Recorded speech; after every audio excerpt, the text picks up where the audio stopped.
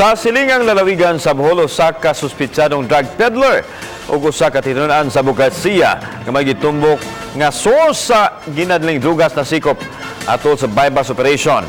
Gisikop sa mga hinte sa National Bureau of Investigation kon NBI Bohol si Joven Daguplo, 22 anyos, mulupyo sa mga dapit alas 11 sa Miyerkules sa gabi dito sa Peñaflor Street sa Barangay Buoy sa Tagbilaran City. Matod ni Attorney Renan Agustos Oliva, direktor sa NBI Bohol, nga ilang ipanid-an si Daguplo sulod sa tulo ka buwan. Nasakmit gikan kang Daguplo ang mga pinutos sa ginulang shabu nga gibanabara mo balor og 40,000 pesos.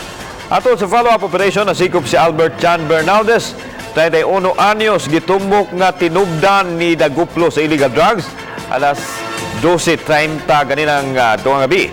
Sa gipuy-an niyang boarding house sa Barangay Dampas, si Bernaldez giingong third-year law student. Nasakmit gikan sa posisyon ni Bernaldez ang 22 ka mga gagmayng pakete sa ginuang shabu nga gibanabara mo kantidad og 25,000 pesos.